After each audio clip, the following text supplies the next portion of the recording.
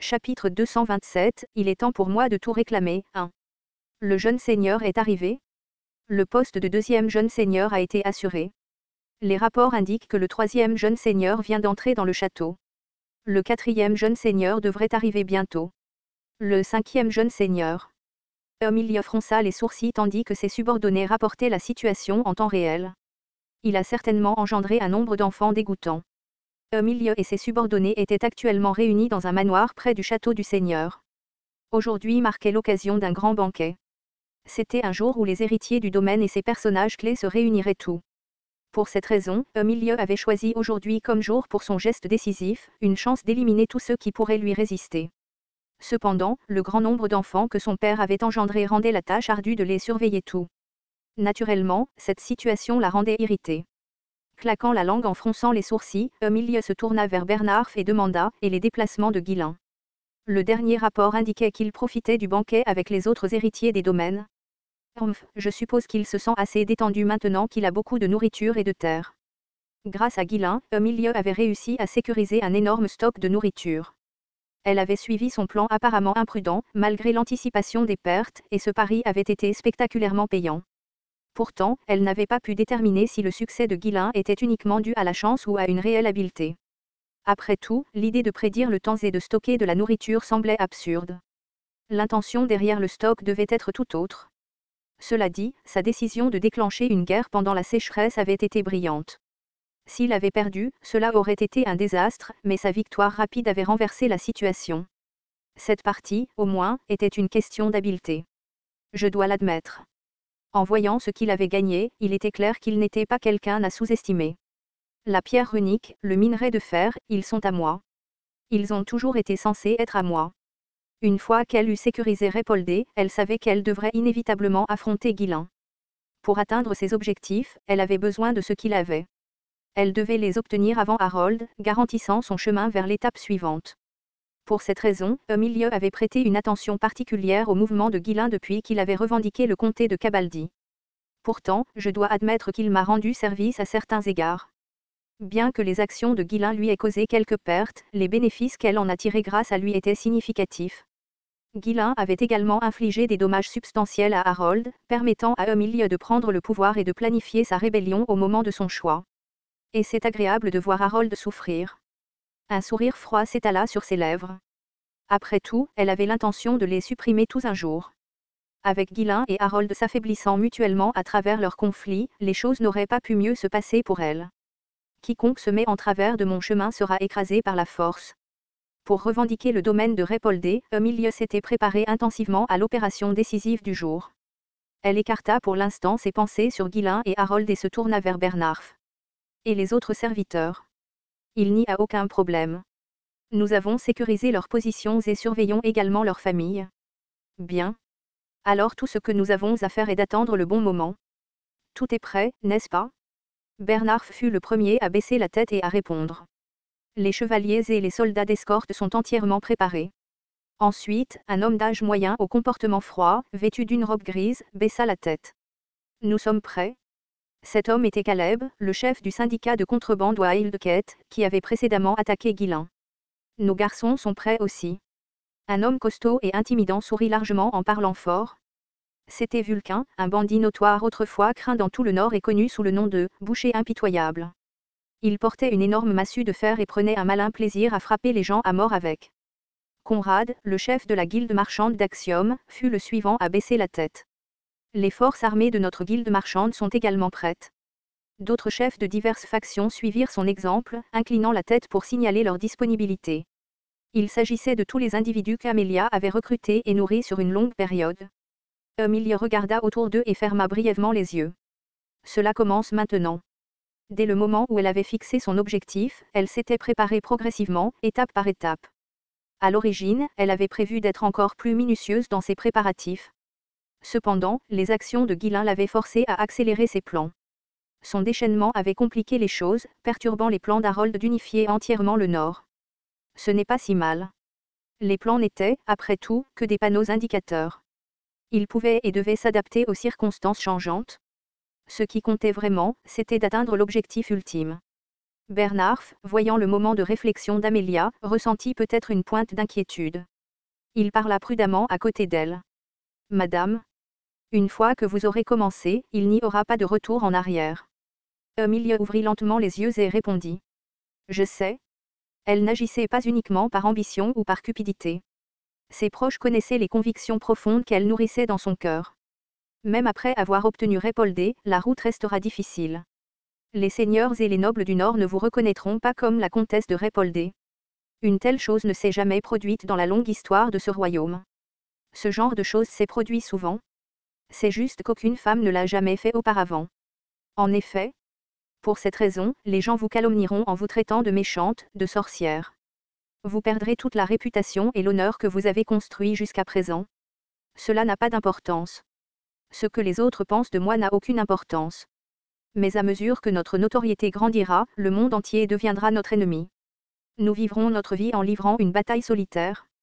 Pas seulement contre d'autres seigneurs et nobles, mais aussi contre les préjugés des gens. Peut-être, ce combat ne finira-t-il jamais vraiment.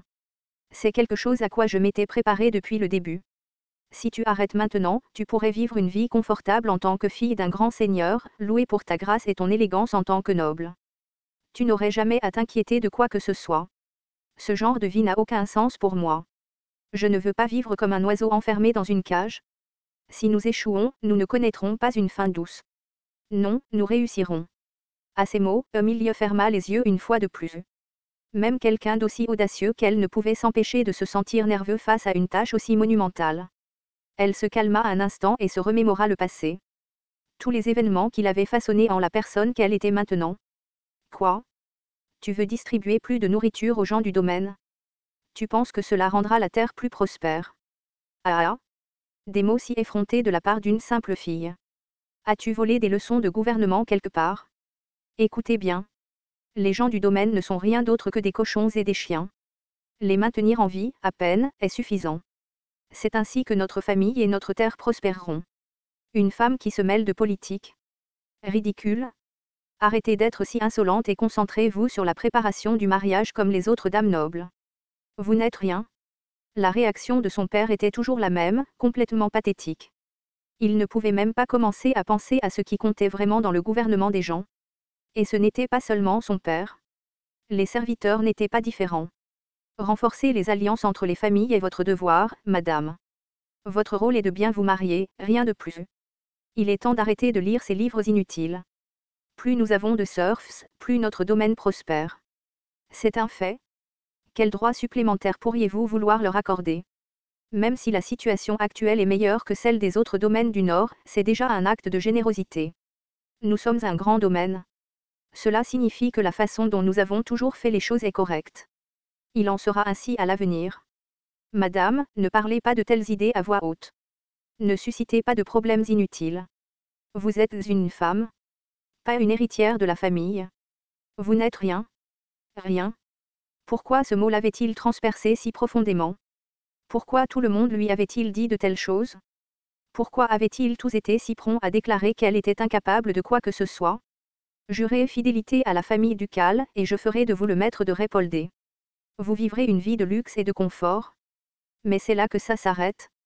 Ne perdez pas votre temps à essayer de changer le monde. N'oubliez pas, Amélia. Vous n'êtes que la fille d'un noble.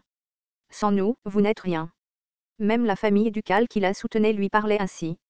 Le souvenir lui fit sourire ironiquement. Rien, hein ? Pardon ? Qu'est-ce que vous voulez dire par là ? Bernard, qui se tenait à proximité, la regarda avec une expression perplexe face à ces paroles soudaines.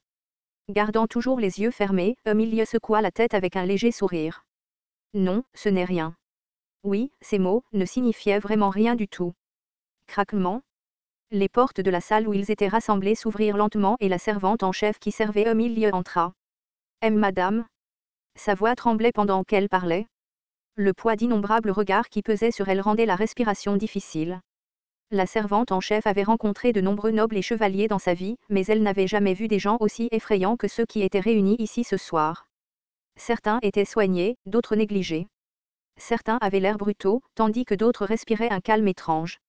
Malgré leurs différences extérieures, leurs yeux portaient tous la même expression. Une détermination résolue à ensanglanter ce domaine ce soir. La servante en chef ferma les yeux et s'adressa à Emilie, qui était assise au siège d'honneur le plus en vue. Sa voix tremblait encore. Le banquet a commencé. À ces mots, Emilie ouvrit lentement les yeux. S'étant complètement endurcie, sa voix émergea, d'une froideur glaciale. L'honneur raffiné, la loyauté immortelle, la gloire familiale et les liens du sang, tout cela a perdu son sens en moi. À partir de maintenant, j'agirai uniquement pour ma cause. Avant cela, ni le rang ni la vertu n'ont d'importance, ni le bien ni le mal, ni même les systèmes et les coutumes qui soutiennent ce monde. Après avoir pris un moment pour reprendre son souffle, elle regarda tout le monde autour d'elle et continua. Tout être qui se dresse sur mon chemin sera brisé, tué et brûlé. Retenez bien mes paroles, à partir de maintenant, ma cause est la seule justice, et c'est le seul but pour lequel vous devez risquer votre vie. Pour lutter contre l'absurdité, il faut devenir absurde. Emilie avait décidé de devenir elle-même un monstre. Elle piétinerait tout et refaire le monde en celui qu'elle désirait. Même si cela signifiait réduire en cendres le royaume entier. Entendant sa détermination inébranlable, Bernard s'agenouilla et parla. Je te suivrai jusqu'au bout, madame. À cela, tous les autres dans la pièce s'agenouillèrent également et déclarèrent à l'unisson. Nous te suivrons jusqu'au bout. Les yeux d'Amélia brillèrent férocement tandis qu'elle les regardait. D'une voix remplie d'une conviction inébranlable, elle déclara le début de la grande entreprise. Maintenant, il est temps pour moi de tout réclamer. Astérisque astérisque astérisque. Nyank. Un chat gris et élégant nommé Bastet traversa l'obscurité profonde, se dirigeant vers le château du seigneur de Répoldé.